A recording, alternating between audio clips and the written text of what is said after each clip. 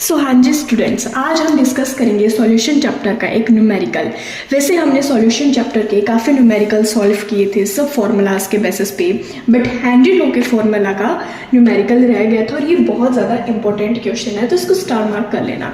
सो हमारा क्वेश्चन क्या कहता है, क्वेश्चन को ध्यान से पढ़ा करो जब भी न्यूमेरिकल सॉल्व करना, और जो हमें गिवन दे रखो पहले वो लिख लो, उसके बाद फॉर्मूला लिखो, उसके बाद फॉर्मूला लिख लोगी गिवन क्या दे रखा है, क्या निकालना बोला है, उसके बाद हमारा न्यूमेरिकल बहुत इजी हो जाएगा। सो क्वेश्चन पढ़ते हैं, इफ N2 गैस एंड यानी nitrogen, if nitrogen gas is bubble through water at 298 kelvin, यानी जो नाइट्रोजन गैस है उसको बबल किया जाता है 298 केल्विन के टेम्परेचर पे इन वाटर के थ्रू उसको बबल किया जाता है, तो how many millimoles of N2 gas would dissolve in 1 litre of water. तो कितने मिलीमोल्स, अब ये मिलीमोल्स देख के कुछ बच्चे कंफ्यूज हो जाएंगे कि मिलीमोल्स क्या होता है। अगर यहाँ पे सिर्फ मोल्स होता तो कुछ भी कोई बात नहीं थी, बट यहाँ पे मिली से कोई कंफ्यूजन होने की जरूरत नहीं है। मिली का मतलब होगा 10 की पावर -3, यानी जो हमें आंसर निकालना है ना वो 10 की पावर -3 में निकालना है, ठीक है। तो कितने मिलीमोल्स नाइट्रोजन गैस के जो हमने बबल किए थे थ्रू वाटर 298 केल्विन टेम्परेचर पे, तो कितने मिलीमोल्स नाइट्रोजन गैस की डिजोल्व हो जाएंगे 1 लीटर पानी में, ठीक है। 1 लीटर पानी में नाइट्रोजन गैस के कितने मोल्स डिजोल्व होंगे। ओके, अब हमें एक चीज एज्यूम करनी है, assume that N2 exerts a partial pressure of 0.987 bar, यानी जो नाइट्रोजन गैस का पार्शियल प्रेशर है वो कितना है 0.987 बार है। Given that Henry laws constant for N2 at 298 kelvin is 76.48 kelvin bar, यानी जो हमारा हेनरी लो कांस्टेंट है नाइट्रोजन गैस के लिए, वही टेम्परेचर हेनरी लॉ के अकॉर्डिंग क्या होता है कि टेम्परेचर कांस्टेंट रहना चाहिए, तो टेम्परेचर यहाँ पे भी कांस्टेंट था, यहाँ पे भी 298 केल्विन। तो जो हमारा हेनरी लॉ कांस्टेंट की वैल्यू फॉर नाइट्रोजन गैस, उसका हेनरी लॉ के कांस्टेंट की वैल्यू क्या है 76.48 केल्विन बार। अब जो हमें गिवन है वो लिख लेते हैं यहाँ पे गिवन। सबसे पहले तो हम फॉर्मूला लिखते हैं कि जितना ज्यादा प्रेशर लगाएंगे उतना ज्यादा जो गैसेस के मॉलिक्यूल्स होंगे वो आपस में क्या होते जाएंगे, मिक्स होते जाएंगे। अब प्रोपोर्शनलिटी का साइन हट गई, हेनरी लो का कांस्टेंट आएगा जिसको बोलते हैं KHX। अब हमें प्रेशर दे रखा है और ये हेनरी लो कांस्टेंट की वैल्यू दे रखी है, हमें क्या निकालना है X, यानी कितने नंबर ऑफ मोल्स डिसॉल्व हो जाएंगे इतना प्रेशर लगाने पे और ये हेनरी लो की कांस्टेंट की वैल्यू होने पे।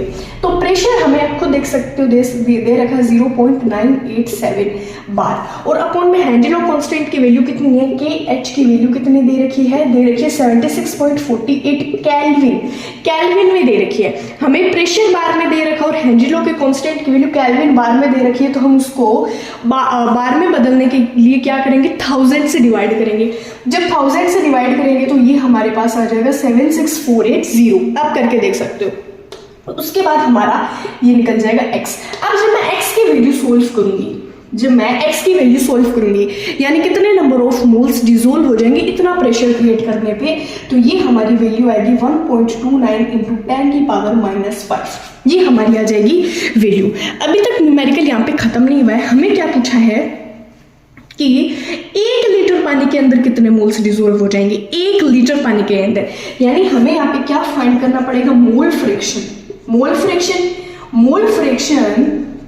यानी N2 का मोल फ्रैक्शन हम फाइंड करेंगे। तो मोल फ्रैक्शन का फॉर्मूला क्या होता है, N2 अपॉन में N2 प्लस H2, ठीक है। किसी भी किसी कंपोनेंट का मोल फ्रैक्शन फाइंड करते हैं, तो जैसे मान लो कंपोनेंट A अपॉन में component A plus component B, या N2 हमारा क्या है यहाँ पे कंपोनेंट B है, एज अ सोल्यूट है, तो कंपोनेंट ऑफ B अपॉन में component B plus component A।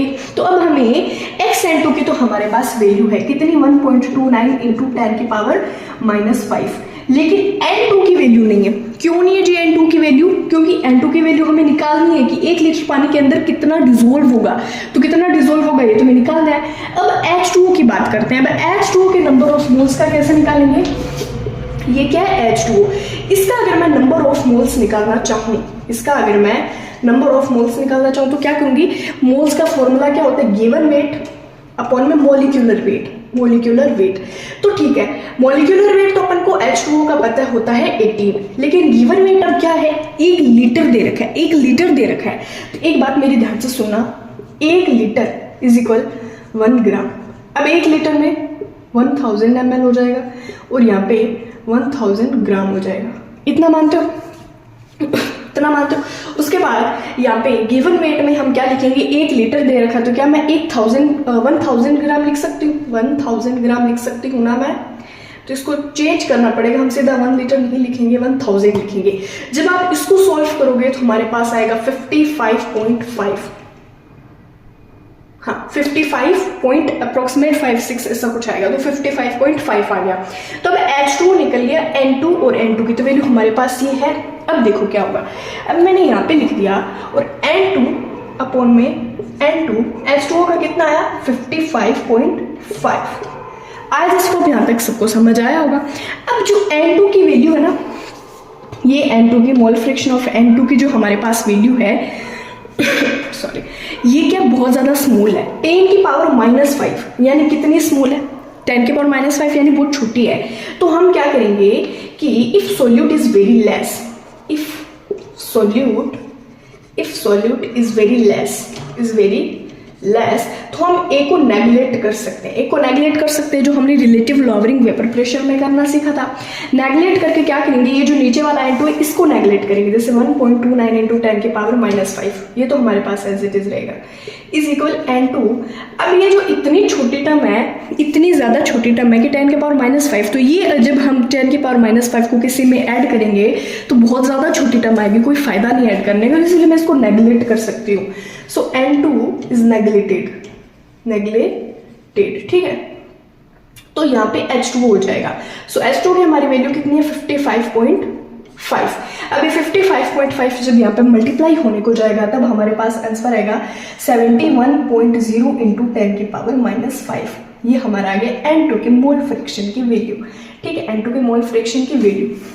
जब ये 55.5 यहाँ पे डिवाइड में इधर जाएगा तो मल्टीप्लाई में हो जाएगा, तो हमारे पास वैल्यू क्या आएगी 71.0 इंटू 10 की पावर -5। अब क्या होगा, अब मेरे को मिली मोल्स में कन्वर्ट करना है, तो मैं क्या करूंगी, ये आएगा अप्रोक्सीमेट 0.017 इंटू 10 की पावर -3, ठीक है। अब ये 10 की पावर -3 को मैं सीधा मिली मोल्स में लिख सकती हूँ, ये क्या हो जाएगा मिली मोल्स, चाहे 10 की पावर -3 लिख दो चाहे मिली लिख दो। तो हमारे पास क्या आएगा N2 कि इतने नंबर ऑफ मिली मोल्स हमारे N2 गैस के 1 लीटर पानी के अंदर डिसोल्व हो गए हैं। देखो फिर से रिवाइज कर लेते, क्या किया, फॉर्मूला लगाया, हेनरी लॉ कांस्टेंट की वैल्यू गिवन थी, प्रेशर की गिवन थी, एक्स की वैल्यू निकाल ली जो कितनी है 1.29 इंटू 10 की पावर -5। ये क्वेश्चन यहाँ पे खत्म नहीं हुआ, क्वेश्चन सिर्फ हमने इतना सॉल्व किया, ऊपर वाला बाकी है। ऊपर वाला क्या बाकी है कि ये जो इतना हमारा एक्स आया है कि इतने नंबर ऑफ मोल्स डिसोल्व हुए हैं, इतना प्रेशर लगाने पे, तो 1 लीटर पानी में कितना डिसोल्व होगा, तो 1 लीटर पानी में कितना डिसोल्व होगा, इसीलिए हमारे लिए इजी क्या रहेगा, मोल फ्रैक्शन का फॉर्मूला लगा दो। मोल फ्रैक्शन का फॉर्मूला लगाया तो N2 अपॉन में N2 प्लस H2, N2 की वैल्यू क्या थी, बहुत ज्यादा नेग्लिजिबल थी, इसीलिए मैंने इसको नेग्लेक्ट किया, यहाँ पे नेग्लेक्ट किया, ये इधर N2 हो गया, नीचे 55.5, ये क्या वाटर का नंबर ऑफ मोल्स निकाले मैंने वाटर के, जो कैसे निकाले, given weight upon molecular weight पता है, गिवन वेट मैंने 1 लीटर को कन्वर्ट ही तो किया तो 1000 हो गया। जो मैंने इसको सॉल्व किया 55.5 जो मैंने यहाँ पे लिख दिया, अब ये 55.5 उधर जाके मल्टीप्लाई में हो जाएगा। जब मैंने इसको सॉल्व किया तो मेरे पास क्या है 7.0 इंटू 10 की पावर -5, जो आप खुद करके देख लेना, देखो कैलकुलेशन हमेशा खुद करनी है। सो 7.05 इंटू 10 की पावर -5, और अब मेरे को किस में कन्वर्ट करना, मिली मोल्स में कन्वर्ट करने के लिए मैंने क्या किया 0.017 इंटू 10 की पावर -3 सीधा मिली मोल्स लिख सकते हैं। So thank you so much, ये था हमारा न्यूमेरिकल। सो बहुत ज़्यादा इंटरेस्टिंग था, ये ऐसे हेनरी लॉ के बेसिस पे न्यूमेरिकल पढ़ के जाना।